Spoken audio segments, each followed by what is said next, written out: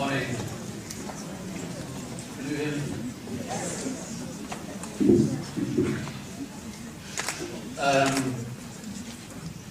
Thank you very much indeed, Sophia, for that very generous and partly fictitious introduction, which shows that I've been around for a long time, and one of the themes of my talk is precisely that. I'd like to thank very much the organisers of ELF7 for inviting me to give this talk, for taking the chance, and for the very warm welcome we've received, and thank you all also for coming here, when I'm sure you have much better things to do, particularly in such nice weather. So I'm going to talk about ELF and the pragmatics of language variation. ELF is a relatively new area of inquiry and inspired a great deal of research. The tendency, quite naturally and properly, has been to focus on the contemporary significance of ELF and its relationship to current ideas. But as someone, as I say, who's been around for a long time, and that's evident from what Sophia has had to say, my own tendency is to relate the present to the past and to look for continuities. And this kind of retrospection, of course, can have its disadvantages, but it can also, I think, provide a different perspective which might show the ELF in slightly different light. So while acknowledging the innovative research on ELF that's appeared in DELF and JELF in the recent past, 2011, 2012, 2013, 14, so on, I want to relate this work through publications in 1969, 1970, 1975, 1991. And so provide a kind of synthesis of past and present thinking, and so outline the continuity of inquiry. And in this way, I hope to bring into sharper relief what I believe to be the critical significance that ELF research has for the study of language and language learning in general. So over recent years, a number of publications have made the point that an understanding of language depends on recognizing that it is unstable, dynamic, intrinsically variable, and that the way it's used can't simply be accounted for by supposing that it's a static system of rules that users conform to. And this is often presented as an innovative insight into the nature of language, revealed by postmodernist thinking about performativity, about complexity theory, and sociolinguistics of globalization. And so, a radical departure from previous unenlightened approaches to linguistic description.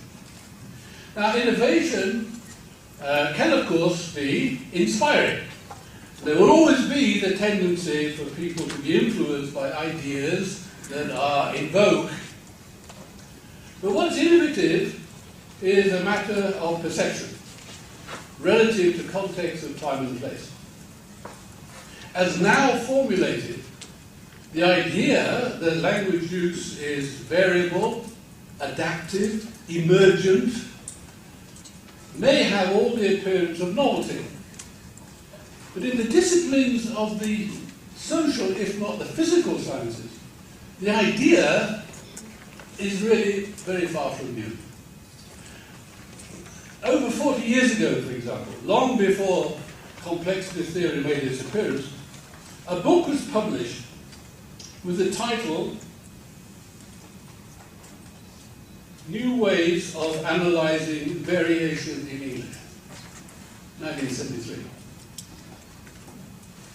And this is a compilation of papers, all reporting research into inherent linguistic variability. research indeed that conceives of English very much in complexity theory terms as dynamic system that emerges and self-organizes from frequently occurring patterns of language use. This is what this research is all about in 1973. One of the contributors to this volume in 1973 was William Laboff. Indeed, the volume is dedicated to him as recognition of his groundbreaking work on the description of variation in English as a complex adaptive system. And I want to suggest in this talk that a consideration of William Laboff's work, his descriptive work, on the complex and adaptive variability of English can lead us to a very clear understanding of the essential nature of ELF. Perhaps a more direct and clearer understanding than the invocation of complexity theory. In a recent, very interesting article in Delft,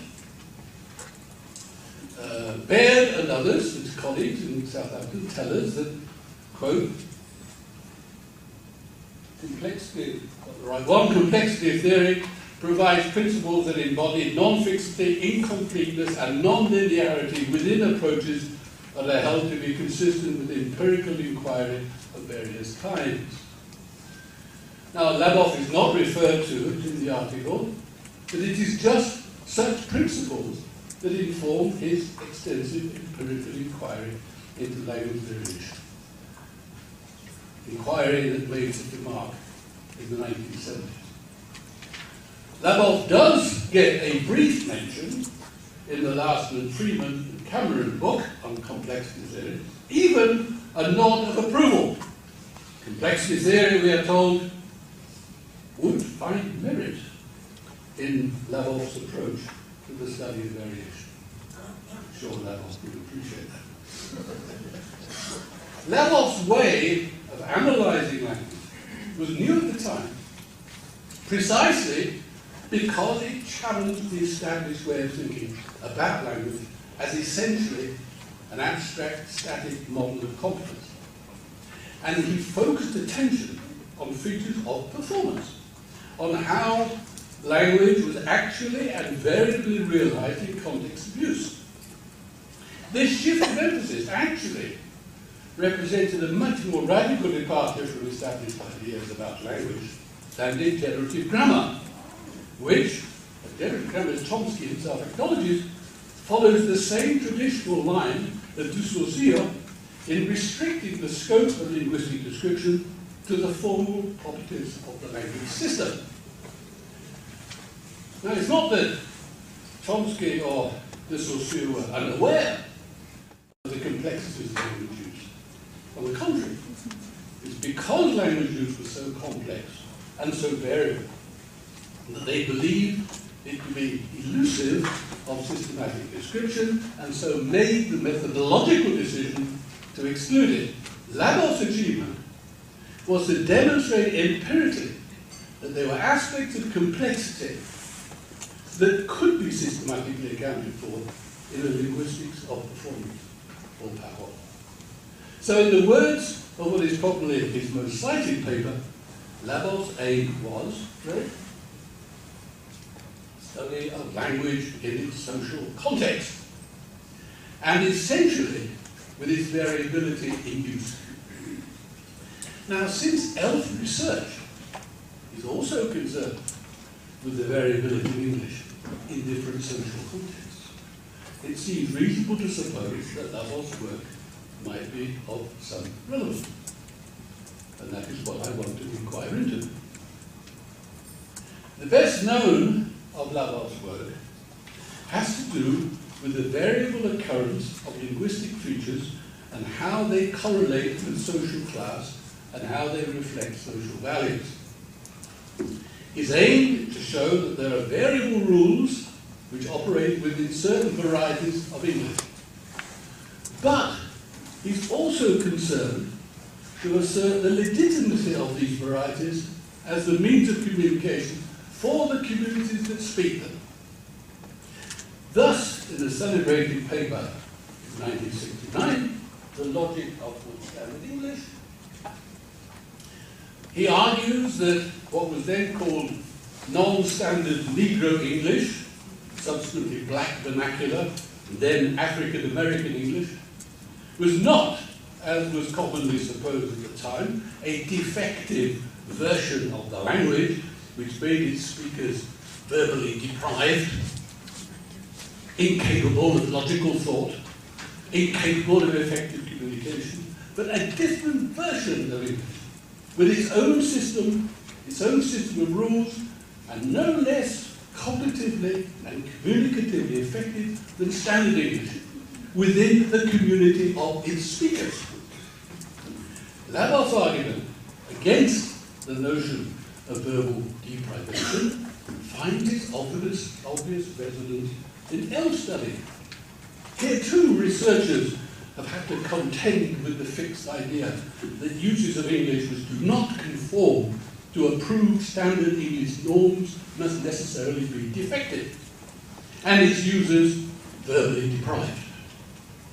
They too, ELF researchers, also have had to contend with the educational establishment's insistence that such users have to be shown the error of their ways and subjected to remedial treatment to get them to acquire the proper language. That ELF is just another name for learner English. ELF scholars then share Laboff's view that people are perfectly capable of communicating effectively without conforming to the norms of the standard language. That indeed such conformity may well result in ineffective communication. You can have communication without conformity. So in this case, Laboff and ELF researchers see things in the same way. But there's a crucial difference in that they are not talking about the same kind of people. You say people can communicate without conformity. The people we're talking about are not the same in the ELF context as what Laboff was talking about. Laboff is talking about intra-community communication. People communicating within a particular community. Within a particular community that conforms to the norms of its own distinctive variety.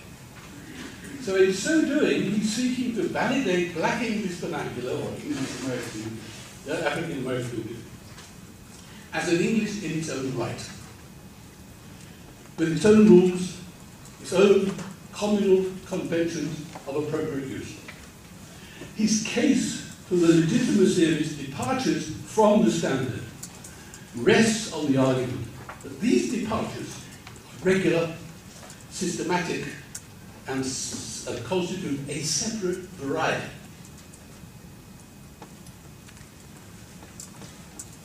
All linguists, he says, who work with non-standard Negro English recognize that it's a separate system, closely related to standard English, but separate from the surrounding white dialects by a number of persistent and systematic differences. Now here, Laboff is making common cause, not with ELF, but with a World English's line of inquiry.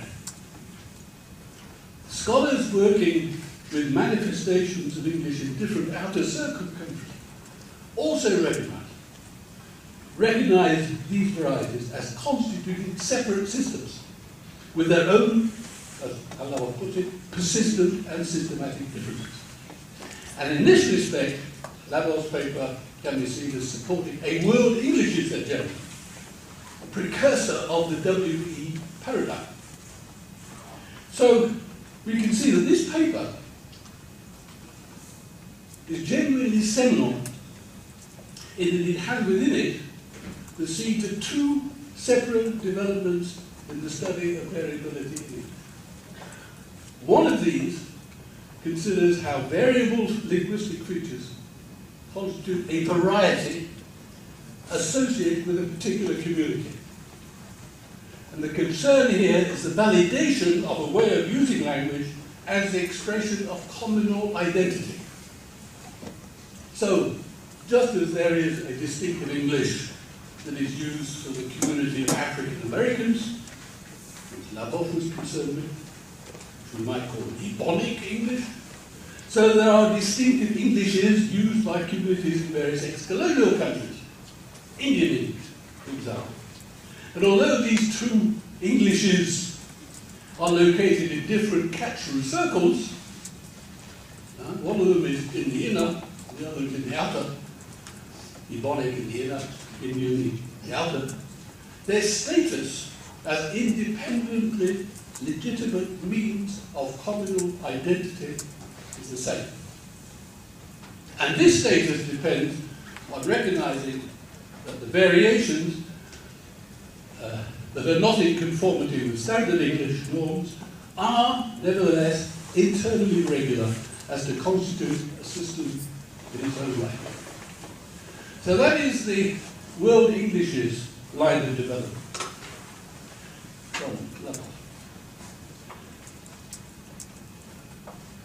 Obviously then, from a World English's perspective, what is of primary concern is the identification of varieties as correlated with communities in the traditional definition of groups of people who share the same primary socio-cultural space. The other line of development is the study of ELF. And this follows from Labov's demonstration that a capability for effective communication is not dependent on conformity to standard English rules and norms. However, what Labov argues is that there is still conformity, but to the rules and norms define a different system, a different dialect or variety. And this is where ELF study parts company with Labov.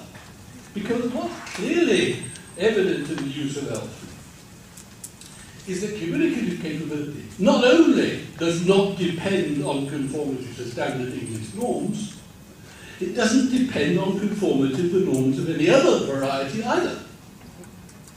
And here, too, is the essential distinction between ELF and WE, World English.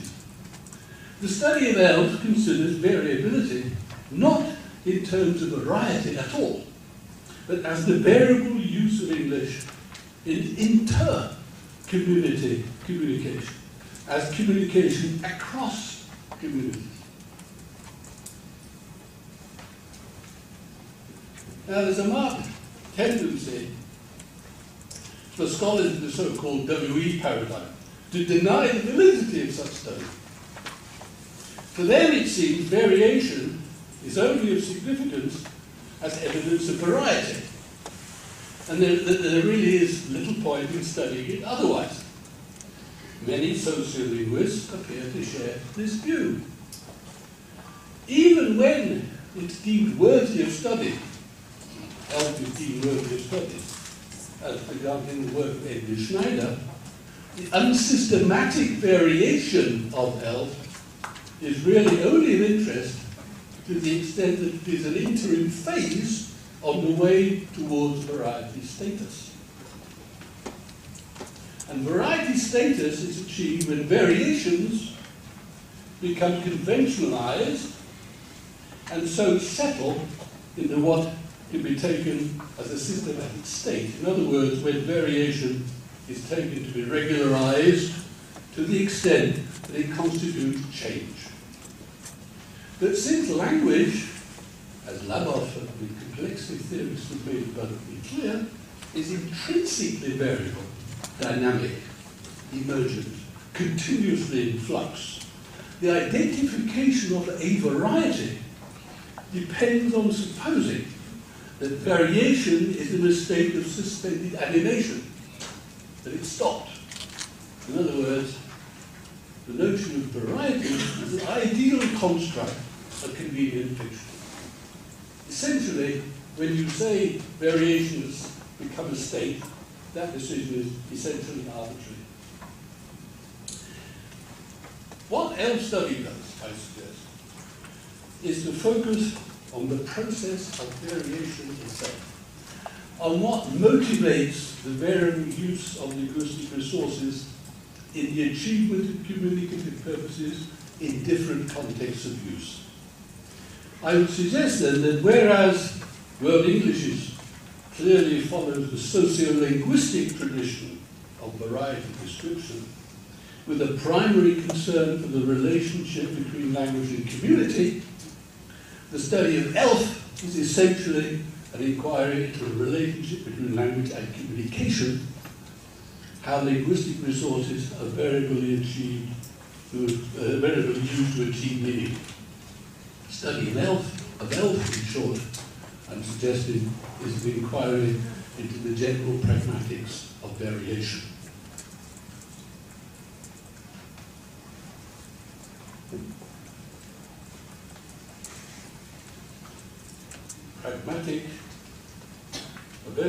Inquiry into the pragmatics of variation. What would such a pragmatic inquiry involve? I hear you cry. Or not.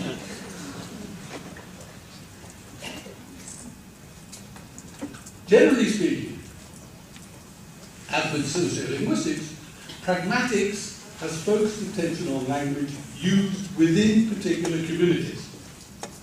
It's been concerned with how meaning is achieved between parties who share the same lingual-cultural background, who can rely on mutual schematic knowledge to complement the language they use. It's generally the pragmatics of French use, English use, German use. Now, from a pragmatics perspective, language in use serves an indexical function, in that it points to some contextual reality external to language and meaning. Meaning is only achieved when one relates the language to some external context. Meaning is achieved with, this is what I mean by indexical. The language points you to the context which you then engage. Once you engage the context, you realize the meaning. Obviously, the more familiar the context, the less language is needed to make the indexical connection. If you share the context with somebody, you often don't need very much language to engage them in the achievement of meaning.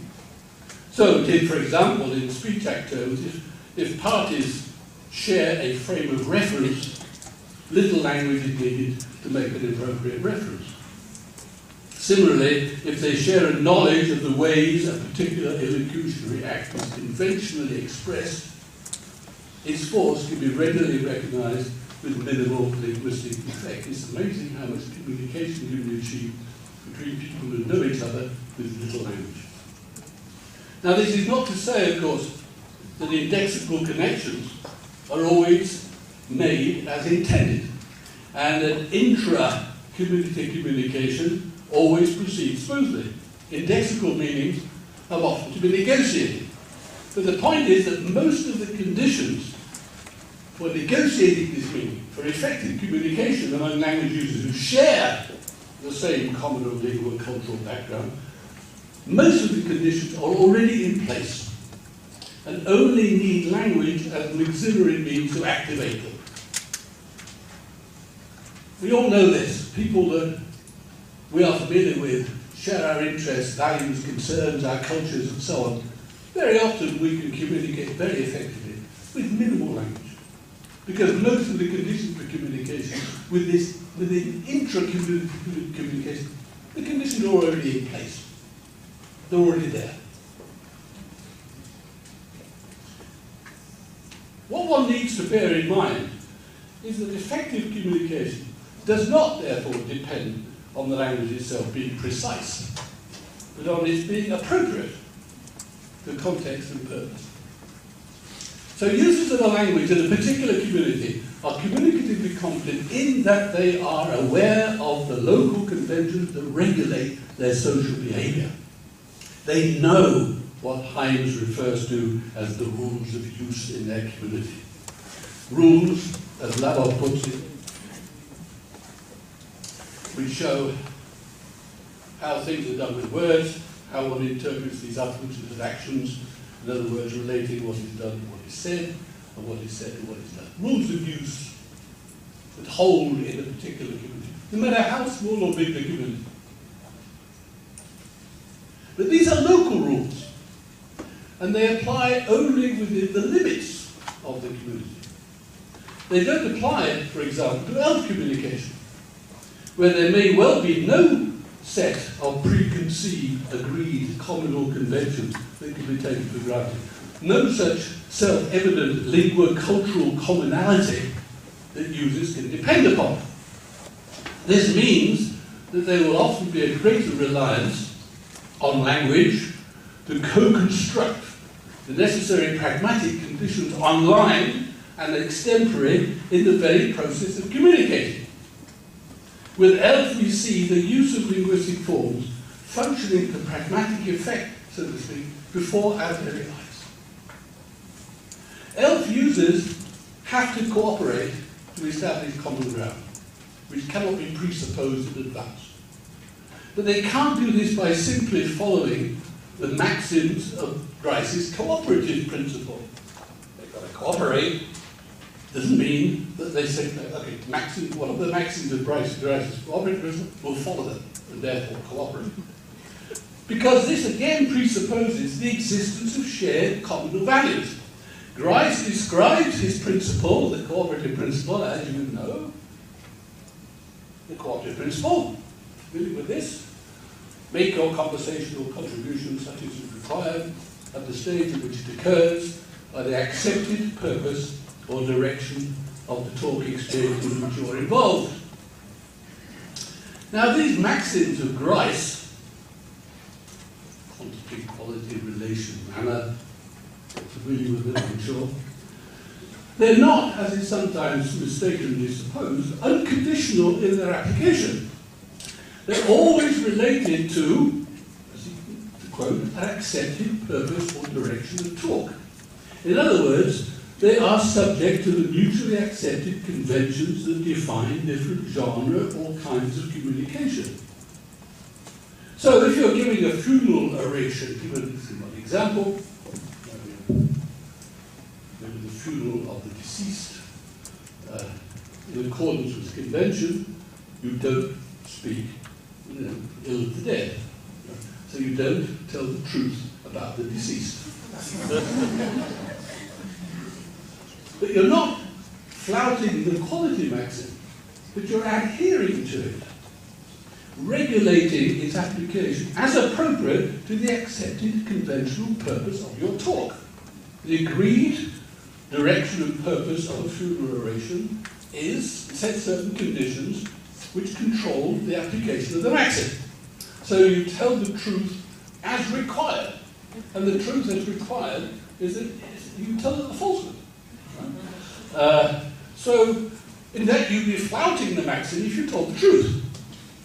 So I say, well, Arthur, as we all know, was a drunk, whose embarrassing company we tried to avoid, especially when he was in his cups and made indecent suggestions to our wives. That is not consistent with the application, the proper application of the maxims. Right? The flouting of a maxim results in what Grice refers to as an implication, creates an effect. And in the case of the funeral oration, the effect would perhaps be like outrage or amusement, if you told the truth. But for all I know, there are communities where it's entirely appropriate to be explicitly frank about the dead and their vices. Maybe there are communities that encourage a funeral oration means you tell the truth, as a kind of vicarious confession on behalf of the dead, so as to purify their souls as they go ahead. It's a kind of absolution. You tell the truth, the truth and reconciliation. All comes in. I don't know. The point is that in that case, the maximum of quality would be differently realized.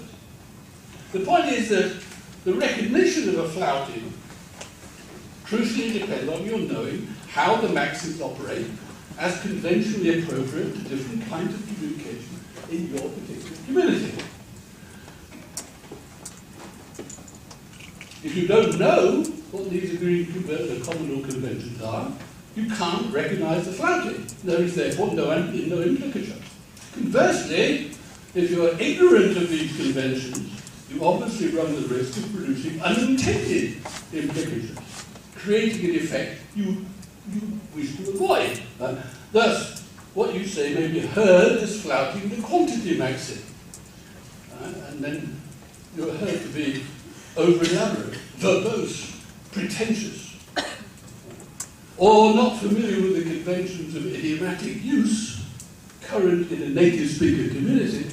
You may unwittingly fail to follow the manner maxim, create an unintended comic effect, and find yourself the subject of ridicule. That's not the way we say it.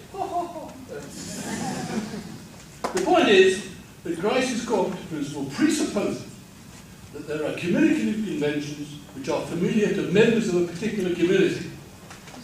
So the question naturally arises, how do people cooperate, as ELF users do, if they are not members of the same community, so are not familiar with its convention? How does cooperation work when users cannot rely on shared common knowledge upon which the normal operation of the cooperative principle depends? It's apparently very difficult to think of pragmatic processes in dissociation from the way they operate in particular lingua-cultural communities. There seems always to be a tendency to equate these principles with their particular realization and to presuppose conventional normality, as with the cooperative principle. And this is, so it's difficult to think of the operation of the cooperative without equating it with how it is actually realized in particular languages in particular communities. And the same is the case with the Indian principle, another familiar principle, closely related to the cooperative principle. This, proposed as you know, by John Sinclair, derives from the incontrovertible evidence of language corpora that the texts that native speaker users produce when they communicate consist of recurring patterns, ready-made idiomatic phrases, some of which allow for some internal variation, some of which do not. A kind of formulaic feature of native speaker, the text that native speakers produce. And Sinclair concludes that native speakers, who provide, of course, the data for his corpus, don't compose their text piecemeal, what calls an open choice principle, bit by bit, but by the arrangement of preconceived, prefabricated patterns. And this is how he puts it. The principle in idiom is that the language user has available to him or her a large number of semi-preconstructed phrases that constitute single choices, even though they might appear to be analysable into segments. You can break them into segments, but they're used as a kind of composite. To some extent, this may reflect the recurrence of similar situations in human affairs. It may illustrate a natural tendency to economy of effort, or it may be motivated in part by the exigencies of real-time conversation. But the language users that Sinclair is referring to are native speaker users of English. And with such users, idiom principle finds expression in particular collocational combinations or idiomatic wordings which recur in similar situations in the context of native speaker affairs. When he talks about language user and human affairs, he's talking about native speaker users and native speaker affairs. Here, of course, in this kind of native speaker context, one can see that such wordings make for communicative efficiency, in that whole phraseological units will be signalled by the occurrence of one of its verbal segments. It's a kind of communicative economy. But only, of course, if the users concerned are already familiar with these wordings. But what of users who are not familiar with these wordings? ELF users, for example, who are not using English in the recurrent context of native speaker affairs. If they don't conform to the particular idiomatic wordings that conventionally express the immediate principle in native speaker context, does this mean that their communication, therefore, necessarily lacks idiomaticity? Can you be idiomatic without conforming to the idiomatic wordings of native speaker text? And I would argue that all communication is in accordance with both the cooperative and the idiom principles, whether it conforms to native speaker usage or not. In ELF research, we need to identify the processes whereby these principles are realized in dissociation from the particular lingua-cultural ways in which they are conventionally realized. ELF users, as has been frequently pointed out, have the capability of communicating without conformity to native speaker norms. This means that they find their own ways of being cooperative and being idiomatic online in the very process of interaction.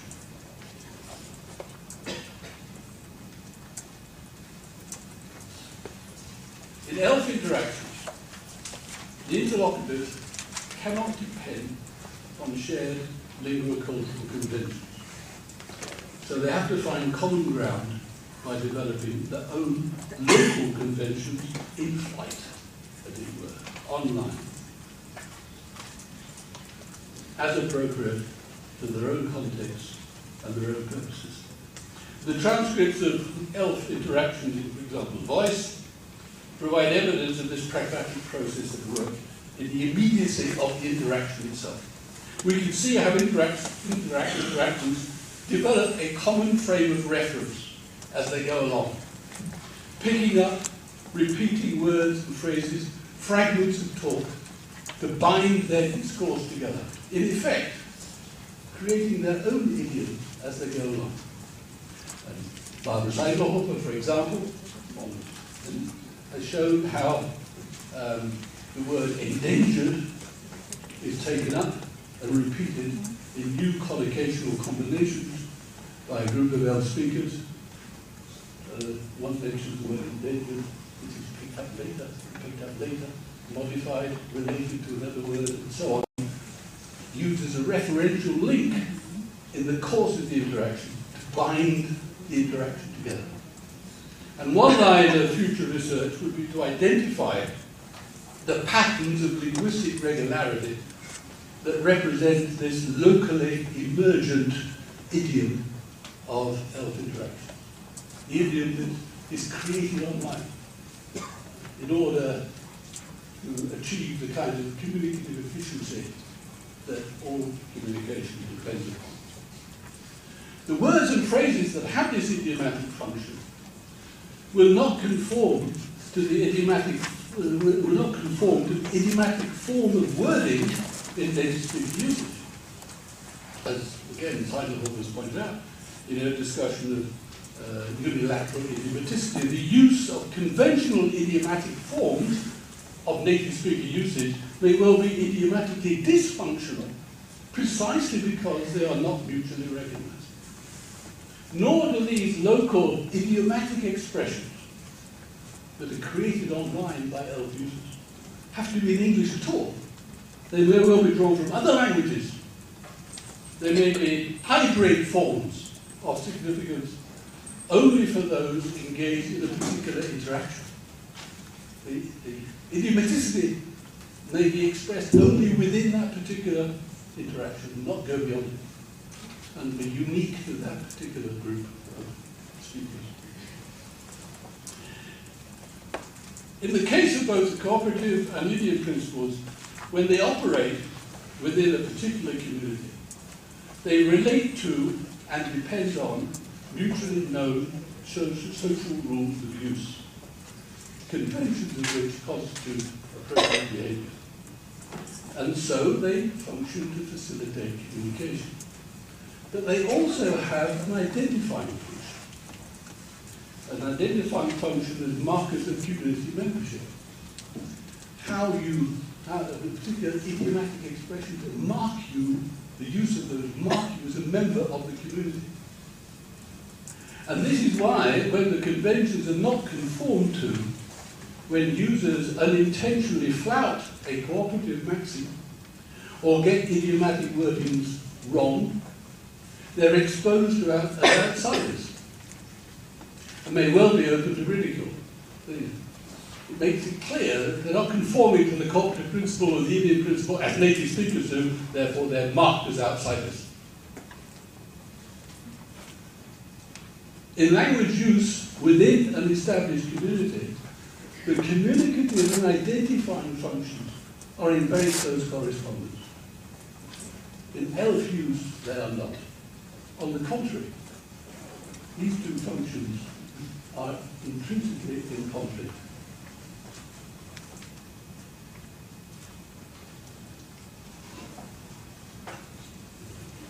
What we see, I'm sorry, distraction. What we see, I'm saying, in ELF communication is the establishment of common understanding, people finding ways of communing with each other, and the emergence, in effect, of a kind of micro-discourse community.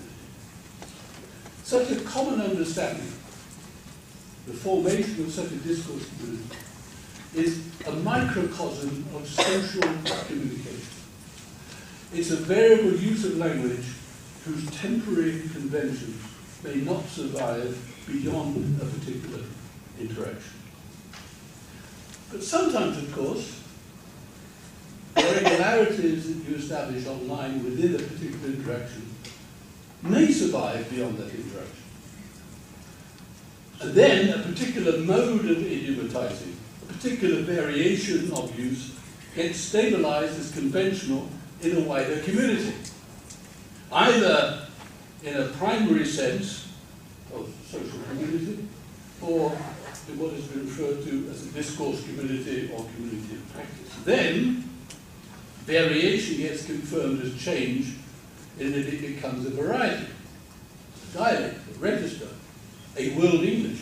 But the point is that variation as an essential pragmatic process is continual and needs to be studied whether it eventually stabilizes as a variety or not. And this, I think, is where the crucial significance of ELF study lies.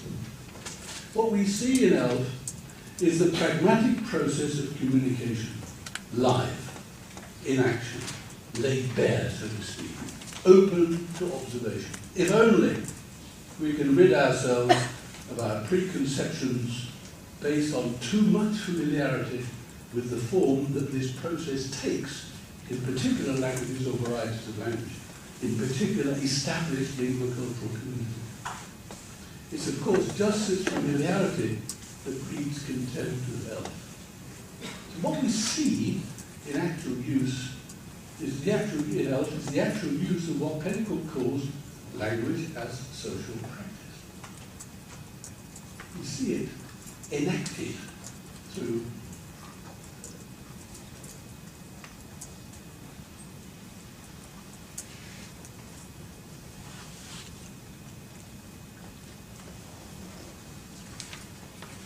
so we see it as local practice.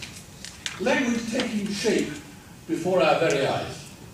Its various forms motivated by pragmatic function as its users appropriate, adapt, exploit the linguistic resources that they have at their disposal.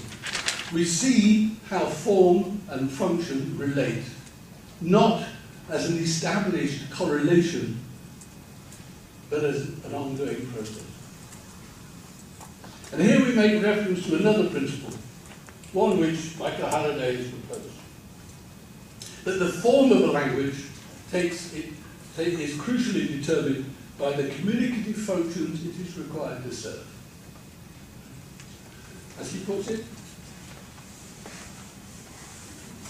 This is what might call the form to function principle. Form is determined by function. Particular form taken by the grammatical systems of language is closely related to the social and personal needs that language is required to serve. So this function to form principle is what informs Haraday's systemic functional grammar, where he's concerned with how these communicative functions, the serving of social and personal needs of a particular community, of how these needs have been already conventionally encoded. What he shows is how form and function correlate in English as an established system. But of course, as with the cooperative and idiom principles, this principle of formal adaptability to function continues to apply to all language use. It's not only what has happened before, but it's what is continuing to happen. We can see its historical product in the particular encoded systems of Standard English. But these are just one example of the process, just as the particular idiomatic wordings we find in conventional native speaking usage are just examples of the process of idiomaticity. The principle, in the case of the form, functional form, as with the other principle, continues to apply in the process of all language use. So whereas ELF use, the language is required to relate to social and personal needs other than those served by native speaker English, it will naturally get adapted in various ways that are functionally appropriate to different contexts and different purposes. As with the cooperative and idiom principle, following this function determines form principle will often, perhaps usually, crucially depend on not conforming to the conventional ways the principle has been realized in particular lingua-cultural community. It will depend on not conforming to the normal as expressed in native speaker use. Haraday talks about his grammar as representing what he calls the meaning potential of English. And this he defines as a systematic resource for meaning. A systematic resource for meaning.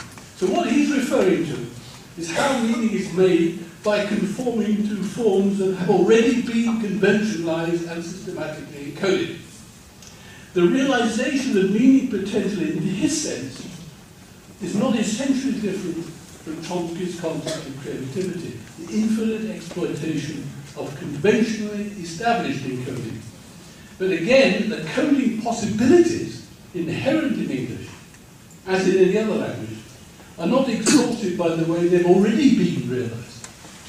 In all uses of the language, we find illustrative, grammatical and lexical expressions, variable encodings that are not sanctioned by established convention, that hitherto that exploit the hitherto unexplored possibilities of what I refer to as the virtual language. And this is what I mean by the pragmatics of variation.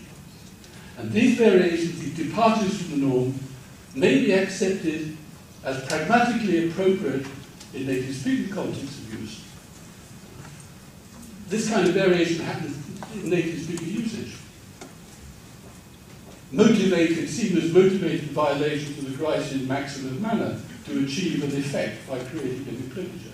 But the same acceptance of non-conformity is not so readily extended to the exploitation of virtual language potential in the use of ELF context. Instead of seeing this as an entirely natural process of pragmatic adaptation, a continuous process, crucial for effective communication, it's on the contrary generally been dismissed as defective communication. And this perverseness is rooted, this is the point I make. ELF, as I say, is a microcosm of social communication.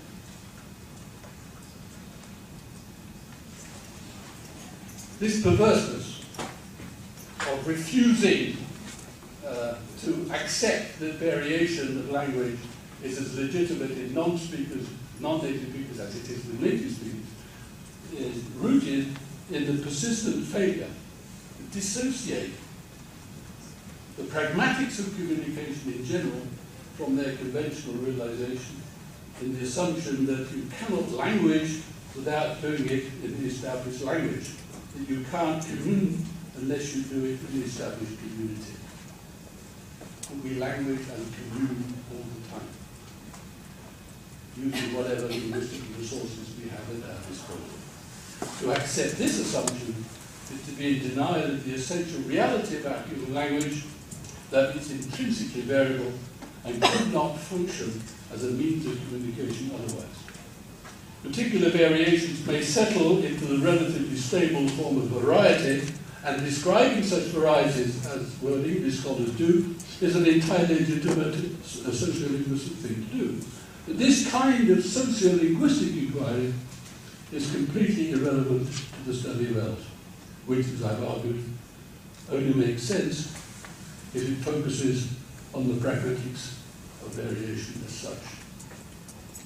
Let me finally say a word about language pedagogy. This focus on the pragmatics of variation, it's this focus that makes the study of ELF of particular potential relevance to language pedagogy. Times have changed, but ideas about language teaching have not changed to keep up with them. Outmoded thinking, sustained by the publishing and testing industries and institutionally endorsed by the specifications of the Common European Framework of Reference, still perpetuate the old orthodoxy that the objective of learning can only be the acquisition of competence defined as conformity to native speaker norms. Even when the emphasis takes a pragmatic turn and shifts to communication, the focus is not on the communicative use of language, but on how native speakers use it. The objective is still conformity. Now, it's not only that learners have to achieve accuracy by keeping to the rules of standard language, what they have also to learn is how to be authentic, to use language that corresponds with actual native speaker usage. Now that corpus linguistics can provide a detailed description of such usage, the argument goes, learners can and should be taught this real language, the very patterns of native speaker idiomatic wordings that I referred to earlier as essentially irrelevant as far as ELF users are concerned, because they are not appropriate to their context of use. The reality of native speaker usage cannot simply be transferred to classroom context either, and is as irrelevant to the learning as to the use of communicative capability. In both cases, the authenticity of native speaker use cannot be authenticated. So in communicative language teaching, the objective is still conformity. But as research into ELF shows so clearly, conformity and communication do not correspond outside the conventional limits of native speaker context. Indeed, here, in ELF usage, effective communication will depend on non-conformity, on exploiting linguistic resources in creative ways as appropriate to their context. I've argued that the unique advantage of ELF study is that it can give us insights into how communication actually works by the local exploitation of linguistic resources. It seems reasonable to suppose that such insights might suggest a rethinking of what is relevant and realistic as a learning objective. This is all the more reasonable since the orthodox insistence on conformity has, generally speaking, resulted only in failure. For all the teacher's efforts, and for all the shifts and changes in methodological approach and technique, most learners perversely fail to conform. They persist in the error of their ways, cannot, it seems, rid themselves of the pernicious interference from their own language. Why should this be so? Why should learners? Why do learners not conform? Why why are they so irritatingly perverse not to do what they're told? No matter what you try, method follows method, approach follows approach, technique, task-based learning, CLIL. They still persist in order to why. Well, one reason could well be that learners are doing, what learners are doing is acting on the experience of their own language. And so using their English together with their own language as a pragmatic resource, seeking to communicate in a natural way. In spite of the efforts of the teacher to get them to communicate as proper monolingual speakers do, they would seem to naturally seek to communicate as multilingual ELF users do. In other words, we might suggest that the reason for the learner's linguistic abnormality is that they're trying to use the language in a normal, communicative way, with linguistic form determined by pragmatic function. And this would provide some explanation of what has been depicted as perverse learner behaviour. Returning a moment to the idiomatic patterns of native speaker uses that I discussed earlier, Alison Ray, well known for corpus-based description of such phraseological patterns, expresses puzzlement as to why, if these patterns are, as it is said, communicatively effective, why learners don't learn them more readily, as she puts it. Why learners do not feel more empowered to harvest L2 input in larger chunks in pursuit of painless routes to effective communication. I mean, if effective communication depends on idiomatic phrasing, why on earth don't these learners learn this idiomatic phrasing to make their communication easier? Right? But this is only a puzzle, of course, if one supposes that the harvesting of such idiomatic chunks does indeed make for effective communication. And as I've argued, on the evidence of ELF, it decidedly does not, because these chunks are relevant to native speaking users, not necessarily anybody else's. If learners instinctively follow an ELF line in their learning, as I suggest they do, they will not see the harvesting of such chunks as increasing communicative empowerment at all. Learner resistance to the imposition of native speaker norms, the instinctive learning along ELF lines, would also explain why so many so-called learner errors are in areas of grammar which have little, if any, communicative value, but only serve an identifying function. It would explain also the resemblance often noted between the linguistic features of much ELF usage with that of learner language. English learners and the ELF users they will become, both naturally and instinctively put the linguistic resources at their disposal to pragmatic use, and so act on their communicative capability. They enact the variation, pragmatic variation I've been referring to. The difference, of course, is that learners are discouraged where ELF do this without worrying whether they're, for the most part, producing wrong English or not, because they're too busy communicating. The difference is that learners are discouraged from following the same procedures and are forced into unnatural conformity. What this means is that the teacher's prescription of competence, in effect, prevents the learner's development of capability. One can only conclude that it's not the learner's own L1 that interferes with the learning of English. On the contrary, reference to the L1 is likely to experience it, to facilitate it. What really, so the L1 will facilitate the experience of the L1 will facilitate the natural acquisition of language as a communicative resource. What really interferes with the effective learning of English as a means of communication is the way it's currently taught and tested. That's the real interference.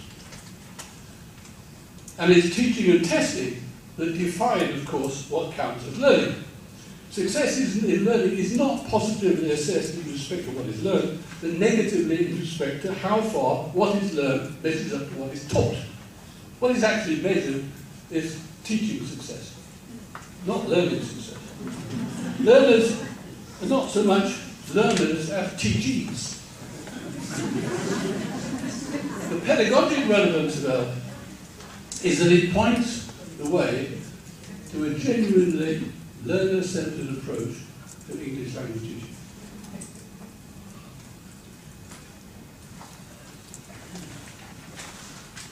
Time to conclude. I'm over time. Am I over time? Time to conclude. In this talk, I've argued that relating the current study of ELF to certain descriptive and theoretical inquiries of the past helps us to identify and explain what is distinctive about ELF as having to do not with the sociolinguistics of language variety, but with the pragmatics of variation. And I've indicated how this perspective relates to current ELF research and its possible development in the future. I've suggested these implications for English language teaching. It's a matter of dissociating communication from this particular realization. Many of the issues I mentioned, of course, have already been addressed in the ELF literature. My purpose has been to reformulate them within a wider historical context. And in so doing, I wanted to show how present thinking can be informed by past ideas, but also reciprocally how past ideas get revised by present thinking. I wanted to point to the continuity of inquiry.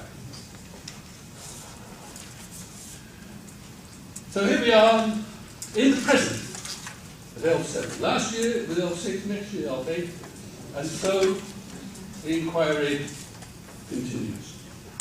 But also, I hope, as the inquiry continues, so will the continuity of inquiry. Thank you very much.